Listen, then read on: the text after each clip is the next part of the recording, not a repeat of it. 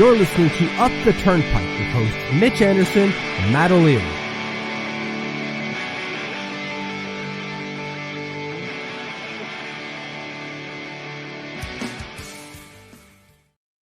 Hello and welcome to Up the Turnpike, a post-game show. Matt O'Leary with Mitch Anderson after a 4-3 overtime loss. Mitch, tell me if you heard this before. Islanders lost in overtime. Oh my God! Another one. Another one. God damn it. And it was, I stayed up late enough to watch it, although I didn't watch the first half of the game, I should say. I had hockey. I subbed in as goalie. So I didn't get home until the end of the second period. So I watched the second, third, and overtime.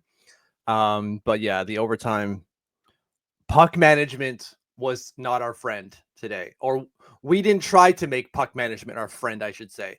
And that's really how that goal happened. It really was.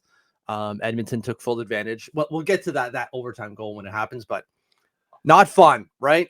No, Islanders through 16 games, 16 points, 6-6-4. They are on pace for 20 overtime losses. We thought last year was bad. What did they end with last year? 16, something like that? I think 16 sounds about right. They at least went to overtime, I believe, 24 times. Was it not? Yeah, it was 16, by the way. Yeah. So a quarter of their season was spent going to overtime. Like when I brought up the 20 number, that was half like tongue in cheek. Like, oh my God, there's no way they're gonna have 20 overtime losses. I don't know. They had 16 last year, Mitch. Pretty close. It's way too friggin' close. You can't do that. And we all thought that was going to change. That was going to be one of the things the Islanders were going to change going into this year. That Anders Lee would start shooting properly. He has. He has. That's a win. Ilya Sorokin will have played better. He has. And then this. And it has not. The one thing that we really, well, not really need. We needed all three. But this one thing that we thought would change, these overtime losses, or at least the frequency of them, didn't. However, this time, I think it's a little bit more positive because this time the Islanders were the ones down 2 goals, right? Yeah, I'm not complaining about them getting a point. To be fair, like when I saw, because I watched the first 2 periods, did not make it through the third period. If you could tell by the voice, your boy's not feeling great. So I was like, let me get some sleep here. When they were down 3-1, in order to come back and tie up the game, I was like, all right, that's, you know what, I'm gonna give them some credit for that. Yeah. Absolutely. They earned the point in terms of that like last 7.5 minutes of the game. But the first 53 or so, maybe not. No, maybe not so much, Mitch. Let's start. First period, no goals were scored for either side. Edmonton had a ton of shots, though, 13-6. And there was something that I wanted to talk about with one of the Islanders players in the first period, in Casey Cizikas. Because he takes a penalty. So he had a few instances in the first period where he couldn't like either clear attempts or just could not get the puck going out of the defensive end up offensively for the Islanders. And then they are cycling with the puck. It's a pretty good cycle, and it gets to him. He turns it over, immediately takes a penalty. And he's had a really rough year point production wise. I believe it's only 2 points in 16 games now for him this year, that's not good even for someone who's, a fourth line guy. He's usually a little bit more productive than that. But some of the things that he's been good at in his career, like playing with intensity, being good on the forecheck, being good defensively, some of those are starting to slip too, which is frightening for someone who has multiple years left under contract and is what, 32? 33. Right. And so, yeah, that is kind of concerning. And it seems that his understudy, Kyle McLean, who we've praised in the past and we've praised for a long time, really, and I'm sure we're not the only ones, didn't have himself what you would call a standout game against Edmonton. The entire fourth line didn't, but Kyle McLean being the heart of that fourth line. Right, when Patrick Roy said that we haven't quite figured out players 11 and 12 on the roster, that did not include Kyle McLean. That line did not play well today. I don't know if you still have that stat up from Twitter, but at least when you're looking at the forward lines last night, that fourth line of McLean, Martin, Holmes, and Wallstrom, minus 22.94, Corsi 4, as you can see through what This was just the first period, by the way. First period. No shot attempts. That's not shot on nets. Shot attempts. Straight up zeros across the board, and 4, 4, and 6. About 2 shots against per minute, or just not good enough at all on that fourth line. So whatever is happening with Casey Zizekas will be felt further down the lineup, because we don't necessarily, it seems, have a capable Casey Zizekas in the wings right now. No, and he's being asked to play not on the fourth line, because our fourth line right now is Matt Martin, Oliver Wahlstrom, and Kyle McLean. We've been on the Matt Martin shouldn't be in the lineup train for a while. I think that point is being proven. We've also been very critical of Oliver Wahlstrom going into this year. He hasn't really shown anything to prove that he should have a roster spot. We've been singing the praises for the most part of Kyle McLean, but I think we have to be critical of him at this point too, because it's been a rough go this year as well. Like Casey Zizekas, Kyle McLean only has 2 points, doesn't have a goal so far yet this year. Been a disappointing start for him, but just the bottom 6 in general, especially now with Anders Lee and JG Pajot moved up the lineup, not good enough. No, it's not. And maybe it's a little bit unfair because we're asking to do something against the Edmonton Oilers, who haven't been good this year if you look at their record. But this is the team that went to, not just they went to the Stanley Cup Finals, because they did, but I don't always like using that as a barometer for being a good team, because you're good in a tournament. But in the regular season, they went on like this 18-game run or something, I think, when they got the new coach. This is a really, really good hockey club that has Connor McDavid, Leon Draisaitl, so on and so forth. Evan Bouchard, like these really good offensive players. And it just seemed that this fourth line and the other lines as well, but it's just more pronounced with the fourth line, weren't able to keep up with the speed that the Edmonton Oilers possess.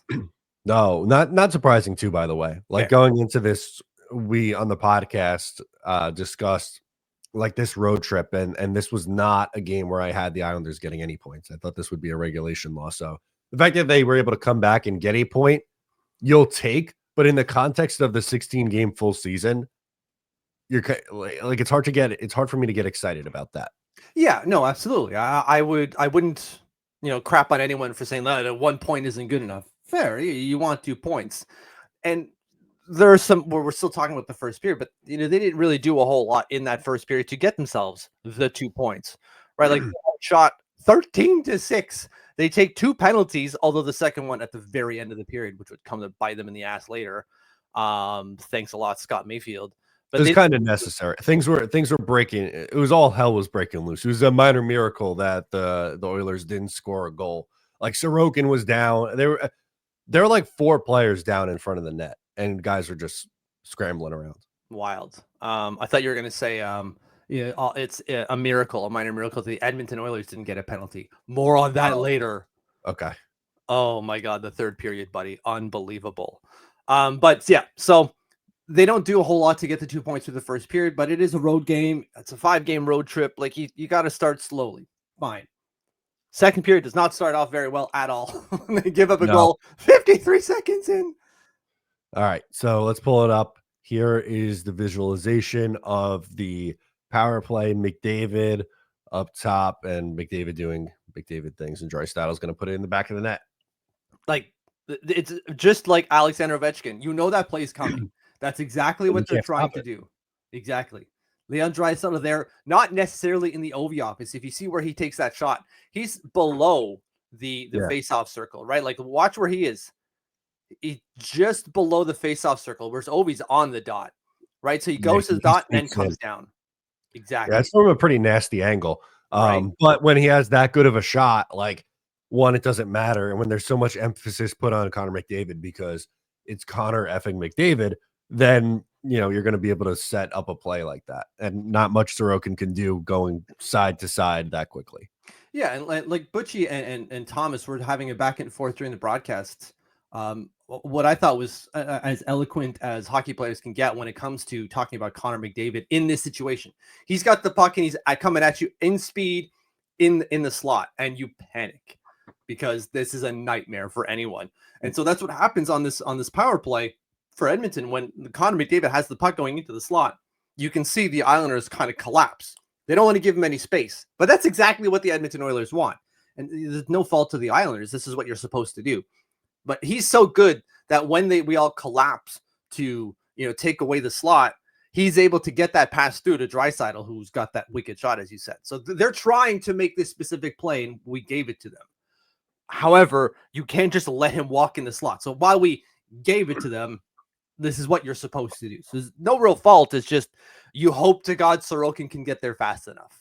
And he couldn't. And that's goal number 11 for Leon Draisaitl already through. Well, how many games have the Oilers played? Probably around 16 also. Something like that, yeah. They have played, I was going to say 82. That doesn't look right. But I'm looking at last year's numbers from when I wanted to see how many Islanders goals, overtime losses they had. 16. Yeah, 11 goals in 16 games.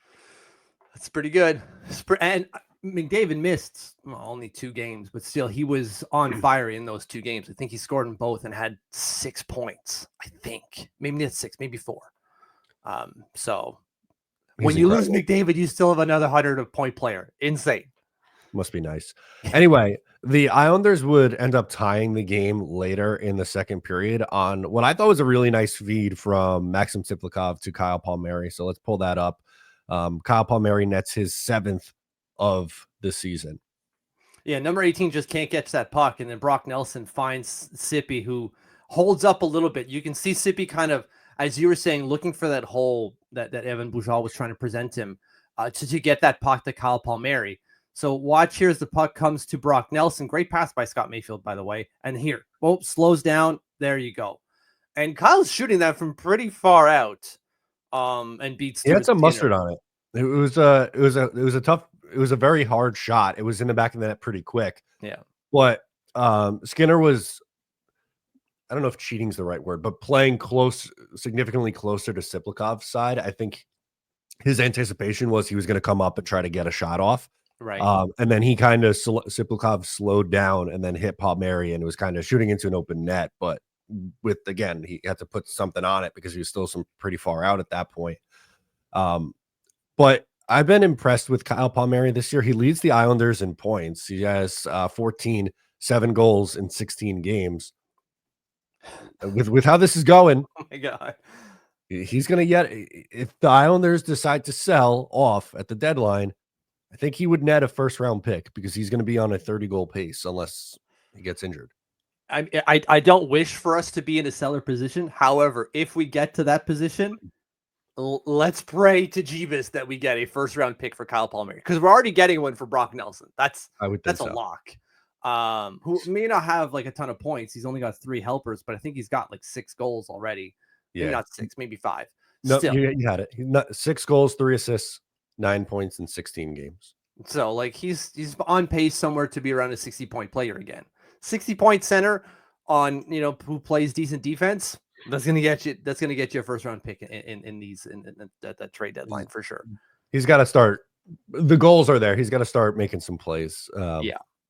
For me anyway. But that's a good start. That assist was it was a nice play, and the Islanders are able to tie it up before the end of the second period. Which, by the way, in that second period, they were 10-10, better 10-10 after being outshot in the first. Yeah, so the Islanders played a better second period, which is great. You had a bad first. Let's see how you respond to that. And they did 50% of the Corsi, and they had only 44% of the expected goals, but big difference from the 27 expected goals they had in that first period at 5-on-5, mind you. That's not in all situations. In all situations, it's a little bit worse at 41%, but they were 23% in the first period. So much better second for the Islanders. Can you now take that momentum going forward into this third period? And spoiler, they didn't, but then did. Yeah, it didn't start great, but it ended a lot better. So 57 seconds into the period, Evan Bouchard gives Edmonton the lead here. Yeah, and like they just had, watch how they all collapse, right? All the Islanders in front of that. You've got 3 players in front of that net. You have Scott Mayfield, Grant Hutton and Jean-Gabriel Pajot all in front of that, where only 2 Edmonton Oilers are. And the puck is no longer there. It is no longer there, right? Like here they are collapsing, trying to get that puck. Fine. But no one is on Bouchard. No one. Yeah. Look, Pajot and Hutton, what are so you doing? much room. Or not So Hutton. much room. That's Pollock. Sorry. What are you guys doing? Well, Pollock he's the left D, so he's playing this side, is Mayfield's side. Right. So someone isn't figuring out what's going on here, and he's wide open. And maybe Sorokin probably could have got that. Scott Mayfield does a decent job, I will say, at screening the shot a little bit. But that all starts with a breakdown here. And everyone's on this side. Yeah. And the build up towards that is just the Edmonton Oilers were cycling it around. They were all over this puck. They were getting to puck battles first, and they were winning those puck battles, obviously, because they got there first. Where the Islanders were not. So they were kind of shooting themselves in the foot, and the Oilers were just able to kind of cycle it around and open up this opportunity by generating some chaos in the Islanders' end. They just couldn't handle the chaos, clearly. No, chaos could not be handled at that point. Connor McDavid picks up another assist, and it wouldn't be a game against the Islanders without Connor McDavid getting on the goal sheet as well, assisted by Ryan Nugent-Hopkins. So, this is a pure garbage goal. I hate this goal so friggin' much. I told you about penalties. Connor McDavid trips Oliver Wahlstrom. It is clear as day. It is not. That's not a homer call. It's a clear trip. If you go and watch the video, we're gonna have to watch see that Connor McDavid goes through Oliver Wahlstrom's legs from behind. So Oliver Wahlstrom's got his back to him, and McDavid comes through his legs with his stick to kind of get the puck. On the visualization, this just looks like he picked his pocket, but clearly, as you're saying, that's not what happened here. No, he comes right through him from behind and trips him. It's clear as friggin' day. Even Butchie and Thomas, like they watched the video afterwards. Butchie's always going to be on the refs, pro Islanders, but he also looks at it, goes like, nah, come on, man, that's a clear trip. Thomas Hickey tried to play the diplomat when he was watching, going like, oh, I guess you could call it either way. And then he saw the replay again. He's like, no, sorry, that's a clear trip. Clear as day. I can't believe, and it was obvious. It was so obvious, and the puck is there. So as a ref, you have to be watching that. Yep. Neither one of them sees this and says that's tripping. How? In what world? That's bad. Yeah, give me goal for Connor McDavid because the refs love him. Hate it. I hate it so much. Meanwhile, our star can't get a call to save his life. No. Unfriggin' real. And this wasn't the only obvious missed call in this period. The other one didn't lead to a goal, clearly. But later on, Jean-Gabriel Pajot gets boarded behind the Oilers net, and we don't get a call for it. Again, clear as day, straight through the numbers, and nothing. Unreal. Yeah, it's frustrating. And I know you're not saying like the Islanders win this game if they get but it's like the cherry on top. It is, so to speak. It's like, well, they were put behind the 8 ball already. They have a million guys out, and they couldn't get a call their way either, which is again, just adding frustration. Easy call to make, an easy, obvious call to make. They just couldn't get it done. And again, you're right. It's not they don't lose the game because of that. They certainly don't win because of that. But God damn, can we not just get the calls that we're supposed to get? Just ridiculous. Anyway, there's something that we can enjoy is the Andersley bounce back. So he scores 2 goals to end up tying this game. But let's take a look at this first one here, Mitch. Yeah, it just comes off the bench, right? Let's see. He notices it's happening, and then great pass from Ryan Pollock. Boom. I don't know if he meant to do this, but he nutmegs. I forget what defenseman he nutmegs, but he kind of whiffs on like the stick handling. And it goes right through 53's legs. That's how he's able to walk in. I don't know if he meant to do it. It looked amazing watching it live. I hope to God he meant to do that because it looked great. If not, whatever. Bob Ross, happy accident for us. Yeah, doesn't matter. They don't ask you how, they ask how many. That's so right. Lee gets his 5th there, and the Islanders are back within 1 with about a little over 7 minutes left in the game. So they still have a lot of time at that point. And this was where you thought they started to play better towards the end of this third period. They started to play a little bit better. There's still some puck management issues. Ilya Sorokin bailed them out a few times here, making some pretty good saves. Yeah. specifically one on Connor McDavid coming in. He gets him twice on the same play. And then here on that 6th goal, Patrick Roy pulls the net and we convert. Like the Oilers ice the puck, so we take the face off in their zone. Patrick Roy pulls Sorokin and we immediately score. Look at that. Lee right to the front of the net, bang. Like, yeah. This is 2016 Anders Lee. Yeah. Hell yeah, man. Set play. They drew it up this way. They executed it perfectly. This is what they wanted to do. Just outstanding stuff. You can't ask for any better, man. No, that's awesome. And that's essentially a power play. And we know the Islanders have not been very good on the power play, but that was a really nice set play off a face-off that worked to perfection. Yeah. And they had 5 guys out there. That's more options to cover than instead of a 5-on-4, right? I know numerically it's still an advantage of 1, but there's more ice out there because you got 6 guys plus their 5. You got 2 fewer people out there. You should be able to do this on a regular power play. What are we doing? Maybe they need the more bodies. Maybe they should be like, can we get an 8-on-7? Actually, just clog it up. Get greasy power play goals every night. Absolutely. And then, of course, we go to overtime because although the Islanders and Oilers kind of traded opportunities in the last couple of minutes there, but nothing was able to go through. And then they catch us, bad puck management by us, and they just cycle the puck around. They make that change, 93 and 18 go off where the hell they are. And then, these 2 jabronis get on the ice. And it works. Surprising. That shot by Leon Draisaitl was outstanding. I thought Sorokin got there quick enough, but he had just like as he's getting close to the post with his head, he just can't close that like puck size gap here, and it goes right through him and in the top corner.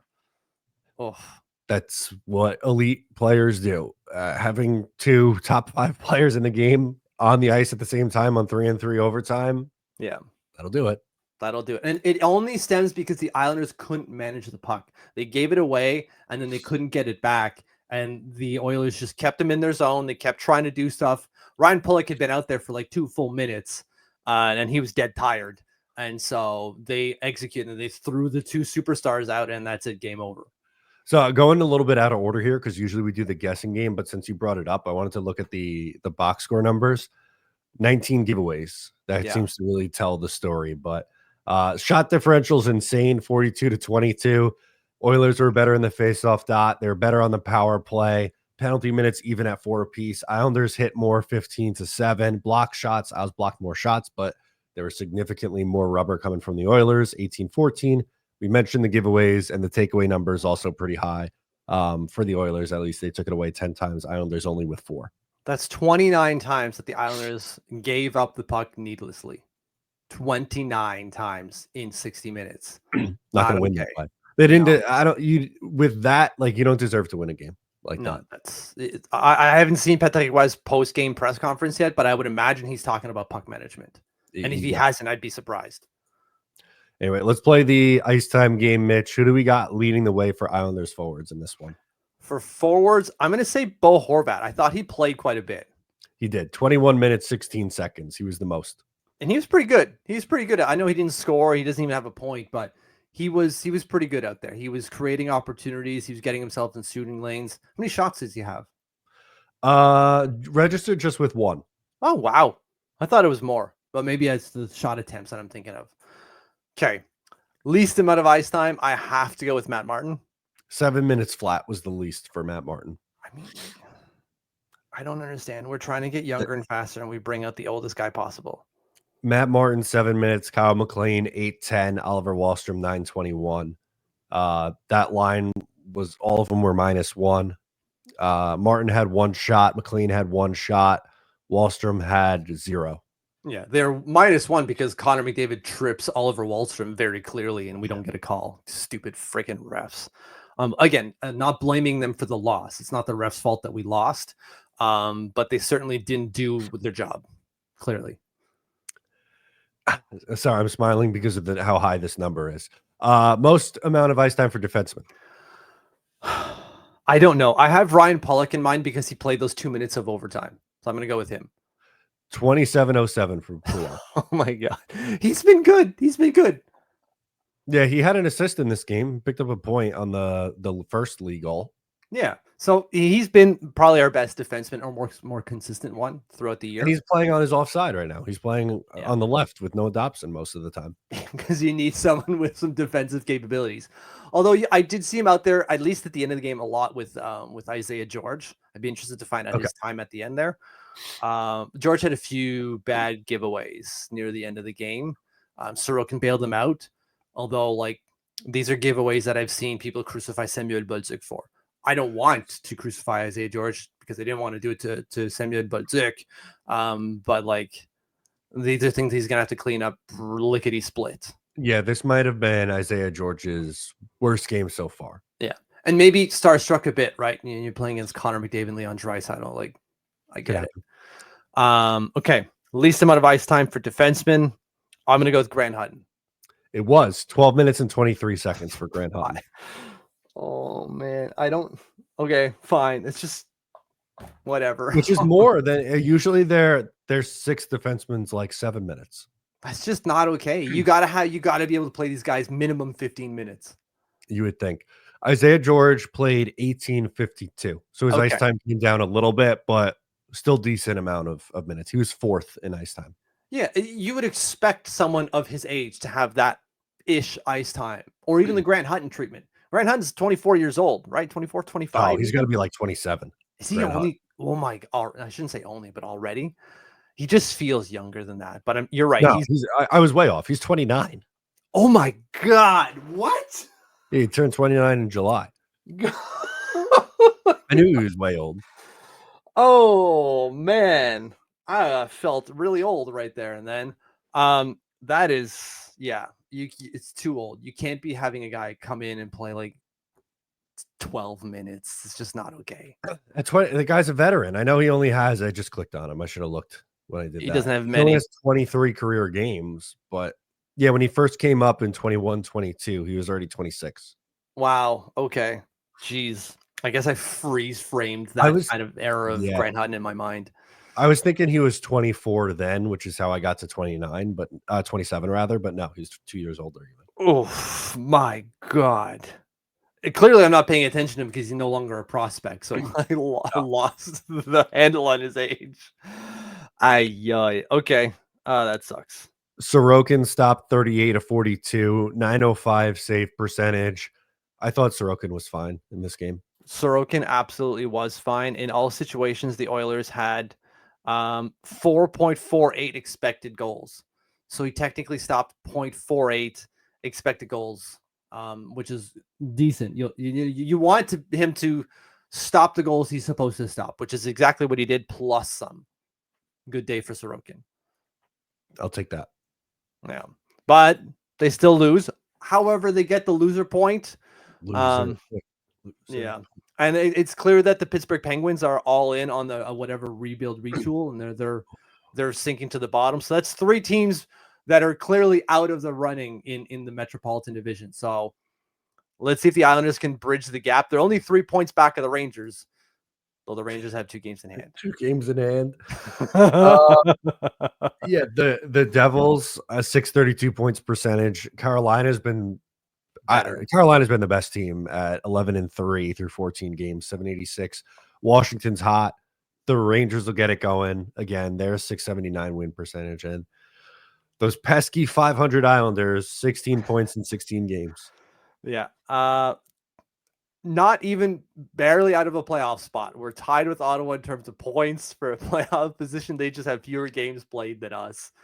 About double the regulation wins. We have three. Yeah, not great. Islanders back in action on Thursday. They go to Vancouver next, I believe. I believe that's correct. I can figure this out. Another late game. Yeah, even later, 10 o'clock puck start. Yep, in Vancouver.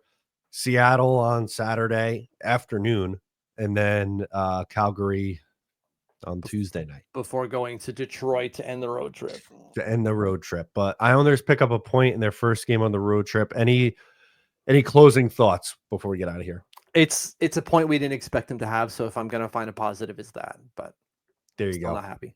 You? No. Yeah, I mean, I didn't expect them to get a point. So in that will be some sort of positive spin. It just again, it goes into the loser point narrative. So I'm not like I'm not mad about it. I'm just not excited. I'm not gonna be like, oh my god, they got a point against Edmonton. Yeah. Here comes the rebound. They're gonna go on a run now. Absolutely. No. This wasn't like they dominated the expected goals for. They should have got 2 points as they were lucky to get a point out of this. Yes, for sure. So that'll do it for us. Thank you so much for tuning in. I'm Matt. He's Mitch, and we'll catch you next time.